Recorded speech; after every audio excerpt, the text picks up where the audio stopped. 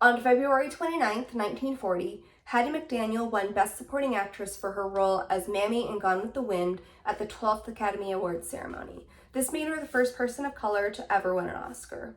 While this was a major accomplishment and a well-deserved one, unfortunately, it didn't work out well for Hattie. Hattie became typecast as a servant and played one at least 74 times throughout her career. The fight for accurate representation continues today, and even though some things have gotten better, Hollywood still has a lot of work to do when it comes to challenging stereotypes, hiring diverse crew members, and overall creating opportunities for those whose voices haven't been heard before. In order to give you a full overview of this problem, first, I will break down how the portrayal of marginalized people in the media can be harmful to our society. Next, I will tell you how this problem started and why it keeps happening. And finally, I will give you some tips on what you can do to help. So let's start with the reason why the roles that marginalized people usually portray can be harmful. Although it may seem like Hollywood has gotten better when it comes to inclusivity and diversity, the roles that are often available for underrepresented people tend to portray that demographic in a negative, inaccurate, or stereotypical way. According to an article in the Journal of Gender, Social Policy, and the Law, actress Kimberly Russell is quoted as saying, "Meryl Streep can do the classics and she can do She-Devil, but women of color must choose between playing a hooker and not working." Obviously, that's an impossible situation and an impossible hand to be dealt. This lack of inclusion or diversity perpetuates these negative stereotypes and fails to explore the nuances of what it means to be a marginalized person.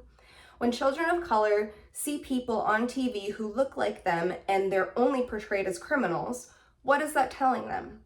When trans people are solely depicted as people who are victims of extreme violence, what message is that sending to the trans community?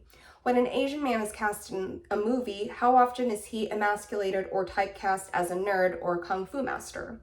So now that you kind of understand the effects of this problem, here's why it's happening in the first place. Obviously, racism runs deep in our country, so it makes sense that it would pervade the entertainment industry as well. A lot of these stereotypes are based on old racist tropes that have been perpetuated through our society forever. Blackface, brownface, yellowface, and anti-Arab sentiments were super common at the start of Hollywood. When it comes to LGBTQ+ and representing people with disabilities, Hollywood hasn't done much better. Birth of a Nation was the first film to ever be screened in the White House, and it is filled with horrific racist propaganda. The KKK is literally portrayed as like the hero of the story, and yet it is still celebrated in the film world for its groundbreaking techniques. Don't know why. And so how is this not being addressed, and who's responsible for this problem? Well, money talks, just like everything, money rules all. And producers really only want to finance movies that are going to make them a lot of money, because opportunities have normally been given to white, straight, able-bodied people, particularly men. It's impossible to give an opportunity to someone else who may not come from that demographic. It doesn't leave enough room for new talent, and those people in power are not exactly stepping over to the side to make room for them either. Because of systemic barriers, opportunities for marginalized people are harder to come by. They don't have the same access to education or training in the way that some people do. What about the actors who take on this role? Should the onus fall on them? Hattie was criticized heavily from fellow Black people at that time because she kept on taking these servant roles. However, she's quoted as saying, "I'd rather play a maid and make $700 a week than be a maid and make $7." Obviously, again, an impossible situation, and you can't make anyone happy, but you may as well put food on the table, right? I mean, I don't think it's the actor's fault. So what is being done, and like what can we do to help?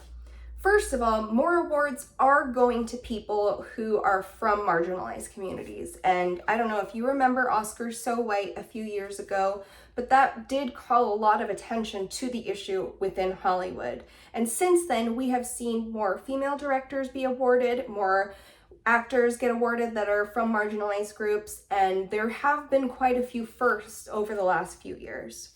Streaming has also made it possible for more funding to go to smaller production companies, and a lot of the time, those smaller production companies tend to be a little more inclusive when it comes to hiring and casting. The success and acclaim of movies like Everything Everywhere All at Once, Moonlight, and Coda were proof and a major sign to the industry that audiences were ready to see different stories and hear from different people than we're used to hearing from. And I think the biggest thing that would help is if those in positions of power, Steven Spielberg, Quentin Tarantino, Martin Scorsese, need to be giving marginalized people a seat at the table, or at least funding projects that come from marginalized people. But maybe that's just on my wish list of things that I want people to do. Now, more importantly, what can you do? Watch movies that are made by underrepresented groups. There are plenty of lists online that you can find, I'm sure. You can watch documentaries and learn about different cultures. You can check out the website Seed and Spark and find an independent filmmaker to donate money to. You can go to a film festival. Los Angeles has a ton of them, and there's so much untapped potential here and so many stories that we haven't heard. So now that we've examined the problem with Hollywood and its casting and hiring practices, we've talked about how this all came about, and we've broken down what is being done and what we can do to help. So now that we know that we're not powerless in this situation, hopefully you feel more inspired to add different voices to your life. It is so important for everyone to feel represented in films and TV, and it is equally important that we give people more opportunities to have their voices and their stories heard. Hattie McDaniel won her Oscar and then spent the rest of her career being typecast. And even now, 84 years later, it's still happening. But we have the power to stop it. Thank you.